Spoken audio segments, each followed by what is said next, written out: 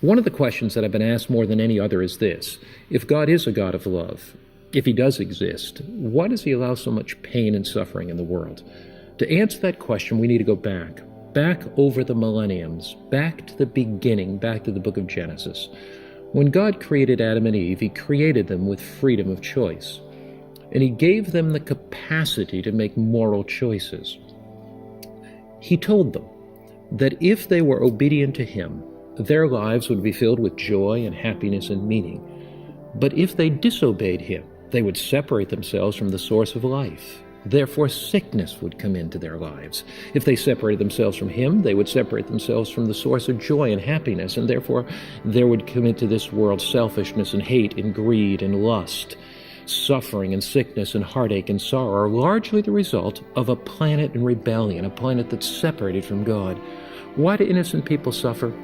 Because God gave Adam and Eve the freedom of choice, and he gives all humanity the freedom of choice. Sometimes we suffer because of our own choices. Poor health habits, poor choices that we make bring suffering upon ourselves.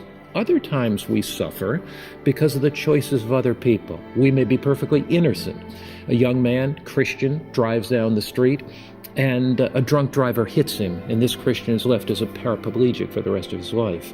A woman faithful to her husband, but her husband has an affair with somebody else. She may be a Christian, but being a Christian does not keep him from making choices.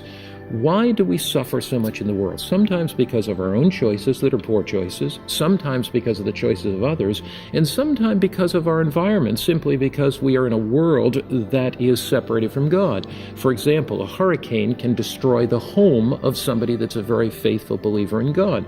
A typhoon, a tsunami disaster, a terrible snowstorm can leave ice on the road, trees fall over a car, somebody dies. So why is there so much suffering in the world? Sometimes it's our choices, sometimes it's choices of others, sometimes it's simply because we're in a sinful world with this environment. You then say, where is God in all this? Has God just left this world alone? The Bible does not always give us the reason individuals suffer, but it does focus on the sufferer. It does tell us that whatever we go through in life, God is with us. So as a Christian, it doesn't mean that we are free from suffering. It doesn't mean we're free from heartache or sorrow or disappointment. I love a passage found in Isaiah, the 43rd chapter. And the passage says this: "But now thus saith the Lord who created you." Whatever you go through, God has created you. He loves you. Whatever you go through, God is there. Notice what the scripture says. "And he who formed you, O Israel, fear not, for I've redeemed you. I've called you by your name. You are mine. When you pass through the waters, I'll be with you. And through the rivers, they shall not overflow you. When you walk through the fire, you'll not be burned, nor shall the flames scorch you. For I am the Lord your God." God never promises that we will not have to go through the waters of affliction. He never promises that we'll not have to go through the flames. What he does tell us is that he's with us. Jesus said to his disciples in Matthew chapter 28, last verse of the last chapter of Matthew's gospel, Jesus said, "I am with you always."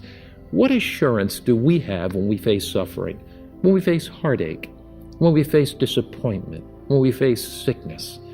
We have the assurance that whether it's because of our own choice, or the choices of others, or simply because we're in a sinful world and the environment is a planet that's separated from God, we have this assurance that God's with us, that he will never leave us, that he'll never forsake us, that he'll give us strength to face whatever challenge we have to face. When we face a mountain, God will do one of two things.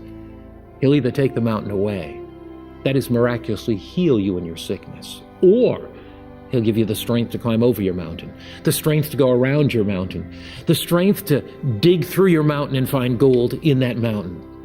Now, there's one more thing about suffering that we need to be aware of, and it's this. The greatest issue of life is not my healing. It is not my being free from pain or suffering. The greatest issue of life is finding God in whatever I'm going through, seeing that he cares for me and loves me, and bringing glory to his name. Jesus was to face the greatest test of his life, the greatest heartache, the greatest disappointment. He was to go to the cross and be forsaken. Nails were to be driven through his hands, a crown of thorns jammed upon his head. He was to bear the sins of humanity and die alone. And there, in his last great prayer found in John the 17th chapter, we read these words. Jesus spoke these words and lifted up his eyes to heaven and said, Father, the hour has come. Glorify your Son, that your Son may also glorify you. The hour has come. What hour? The hour of the cross. The hour of his death, the hour of his agony, the hour that Peter would have denied him, and that Judas would betray him, and the Romans would crucify him, and the Jews would forsake him. The hour had come, and what did Jesus pray in the hour of his suffering? Father, let me glorify you.